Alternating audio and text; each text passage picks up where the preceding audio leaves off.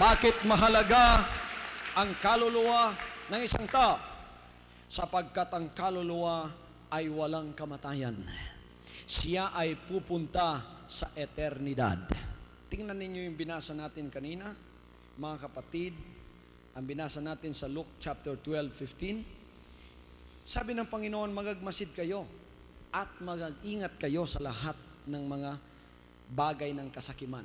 Ang sanlibutan ngayon talagang love of profit, love of money, kaya napakaraming mga bansang napakayaman, pagkatapos ang kaharap naman nila ay mga bansang napakahirap. Biro ninyo, nung nandun ako sa Amerika, mga kapatid,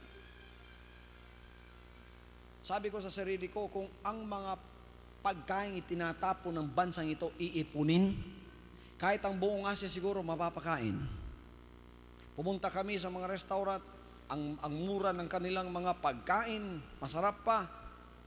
Sabi ko, kung makakatawag lang ako sa Pilipinas, yung mga nagugutom nating mga kapatid doon, sana ipadadaan ko sa kuryente ng telepono itong mga pagkain ito para pumunta doon. Amen. Napakayaman! Ngunit may mga bansa namang napakahirap.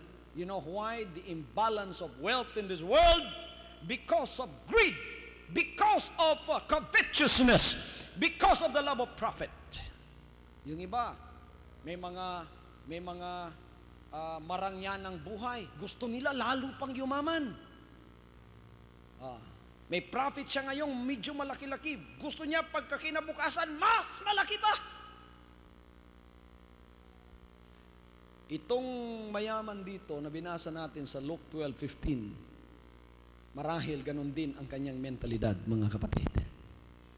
Sinabi kasi dito, sabi ng Panginoon, mag-ingat tayo sa lahat ng mga kasakiman. Bakit? Sinabi ng Panginoon yan. Sinabi niya rito, at pagmasdan natin, sapagkat ang buhay ng tao ay hindi sa kasaganaan ng mga bagay na tinatangkilik niya. Akala lang iba, yun ang buhay. Akala lang iba, pagka meron siyang magandang bahay, meron siyang 4 na kotse, meron siyang magandang grado, 4 ang kanyang degree, milyon ang pera niya sa bangko, naku, sitting pretty na siya. Akala niya, yun ang talagang tunay na buhay. Sabi ng Panginoon, hindi ganun ang buhay, sapagkat kung nasa sa iyong lahat yan, hindi pa rin matagumpay ang buhay mo kung wala pa rin kaligtasan ang kaluluwa mo.